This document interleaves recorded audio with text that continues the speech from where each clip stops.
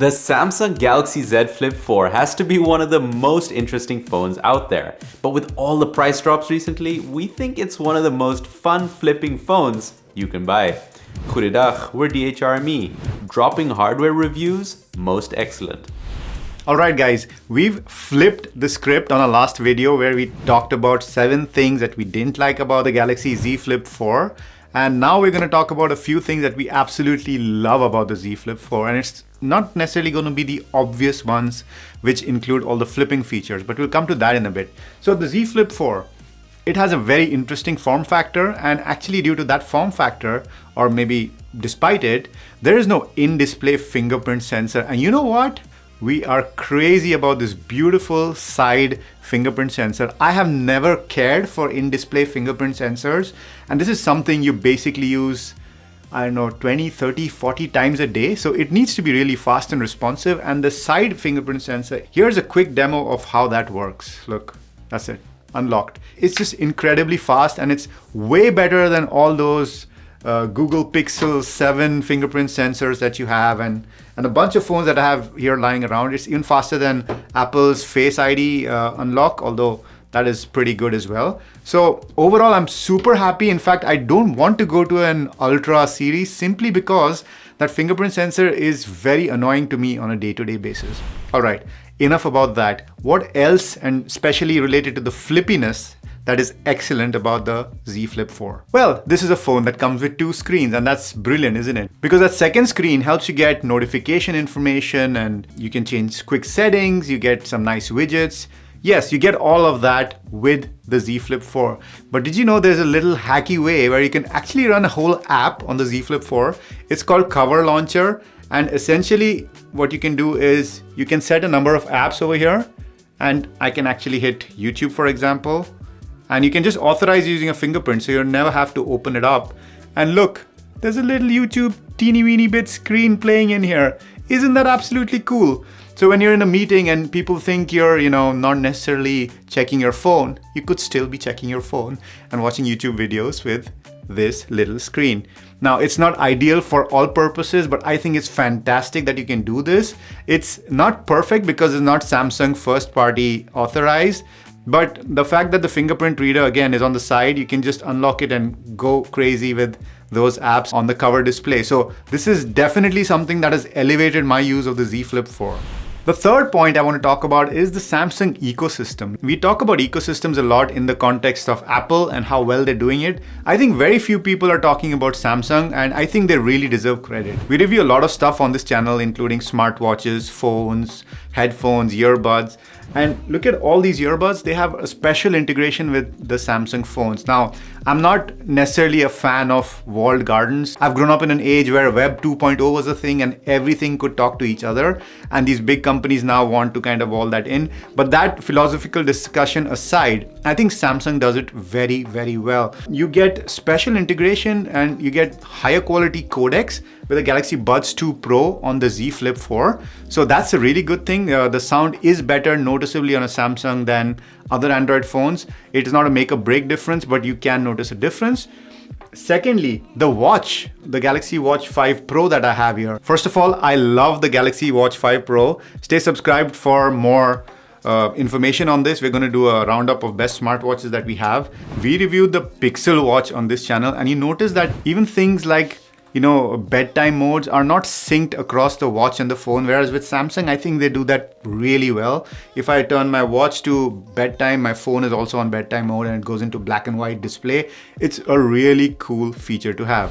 Now, with this super thin, razor thin design, you'd think that the battery life numbers aren't great, but I disagree. The phone I had before this, the S22, I was actually struggling with a bit more. So I was pleasantly surprised that I was able to get through the day with these. And one very underrated thing, I don't know if you've been following Android for a long time, and I'm old enough to remember what doze was, an Android doze feature that made, your battery life good when it was standing by. I think we've reached really peak doze here, because here's a screenshot of how much this phone, so I wasn't daily driving it for a while when I switched to the iPhone 13 Pro, and this one was staying here in my studio, and 3 days, 4 days, long weekends plus Mondays, Tuesdays, and this little guy did not die. The battery life kept going, and you know what, it wasn't in airplane mode either. It had all the notifications on.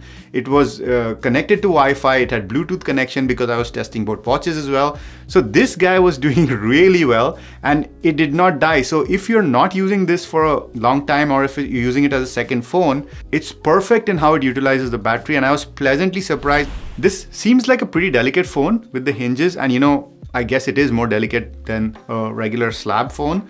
But I was biking on a cycling bridge here in the Netherlands. Yes, we have cycling bridges. I tried to put this in the phone holder, and for some reason it came off and it fell down on pretty strong concrete. And it has taken some damage. If you see here, there are some bumps and dings and stuff. Actually, this is not a great thing, right? Like, it has bumps and dings, but it had zero effect on this phone. And it fell from about yay high, about, I don't know, 4 or 5 feet, at about 10 or 15 kilometers an hour on a hard concrete bridge, and it kind of flipped over as well.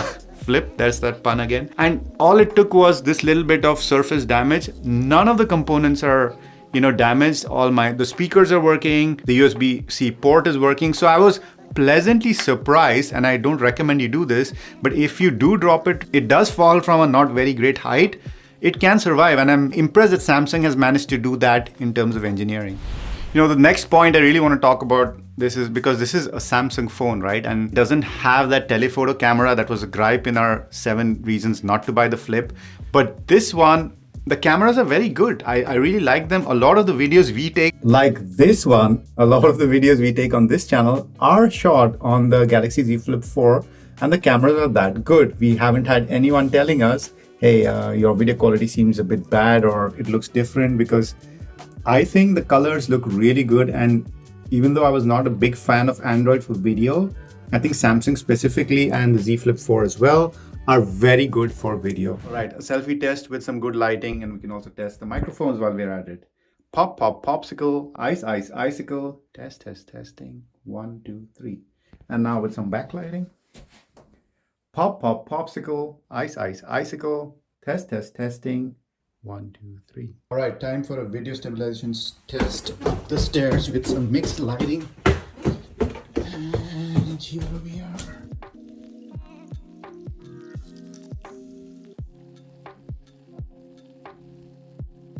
Since we're talking about video and photo quality, the flippy, bendy nature of this phone actually lends itself to some very interesting use cases.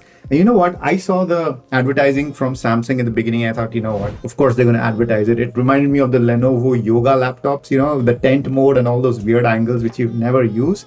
But the Z Flip 4, since it's a phone and it has cameras, it has some really interesting use cases. Use case number 1, bending the camera, making it sit up, and taking a group selfie using the rear cameras, which are really high quality. That I've done it quite a few times. If not for group selfies, I'm a bit narcissistic, but at least for the YouTube channel, I've placed it on a table and taken a video or a photo, and you can just do a gesture to initiate video or photo. So that's really interesting and very, very useful as well, without needing a kickstand case or a pop socket or things like that. You just need your phone. So that's excellent. The second use case, and yeah, this speaks to who I am as a person a little bit, is actually watching content on the phone while it's charging wirelessly. The good thing is you get half the screen. So for example, if you're watching a YouTube video, you just bend your phone, place the base on the charging station, and voila, you can watch whatever you want, and you can change the angle to suit your eyes or your head position. So that's very useful, and I've used it in a pinch, especially if you're at your home setup and you have a wireless charger at your desk and you're doing some mind-numbing drudgery task on your main screens. You can always have like a little YouTube video or something fun running on your phone. And the third thing, which sounds a bit weird, is like I felt like this was a baby laptop to my actual laptop. So whenever I kept the laptop down, open, I always had the Z Flip as well, whether or not on a wireless stand. And the good thing about that is you kind of have 2 screens as well. And I'm not even talking about DeX or any of those other fancy features that Samsung offers. It's just that you have your phone always accessible to you, half open, while you're also working on your laptop. And there's a reason that laptop clamshell design or the screen and keyboard design is so popular, because it works really well for us as humans, because you place one thing down and there's a little control area, which is your keyboard and your touchpad, and there's a little bit of a display area, which is your monitor or your screen. And the Z Flip mirrors that perfectly. And although you can't really type on it or whatever, at least that viewing part of it, the screen, is really useful in day-to-day life. The next one I want to talk about is something that's very obvious, but it wasn't really obvious to me till I bought this phone. So Kevin and I switch phones very often on this channel, right? We are testing phones, or we're just interested in new devices and gadgets. And somehow this Z Flip 4, this is the only phone in the last, I don't know, since the OnePlus One maybe, and that was also just the nerds, but since the OnePlus One, this is the only phone that has caused people to ask me, hey, do you have that new flipping phone? And these are people who are not into tech or whatever.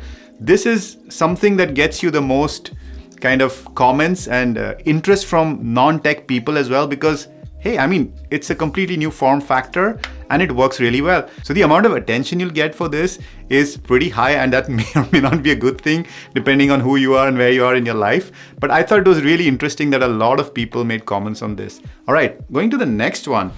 And you know, this form factor also has a very practical use. I mean, I have a lot of female colleagues coming up to me and saying, oh, this is such a nice and compact phone. And I can see why, because, you know, pockets and women's clothing is not really a combination that goes very well. So this is actually very portable to carry and very compact. That's not just female colleagues either. I myself often have difficulty with these jumbo, you know, XL phones and things like this Google Pixel 7 fitting in my pocket. And it's not that they don't fit in my pocket, they fit all right, but you know, it's just not as comfortable while you're sitting down or if you're cycling and stuff like that. So this is really a practical benefit of having a compact phone while having all the features of a full-size phone. You've been watching us flip our script, and we've been DHRME. Namaste.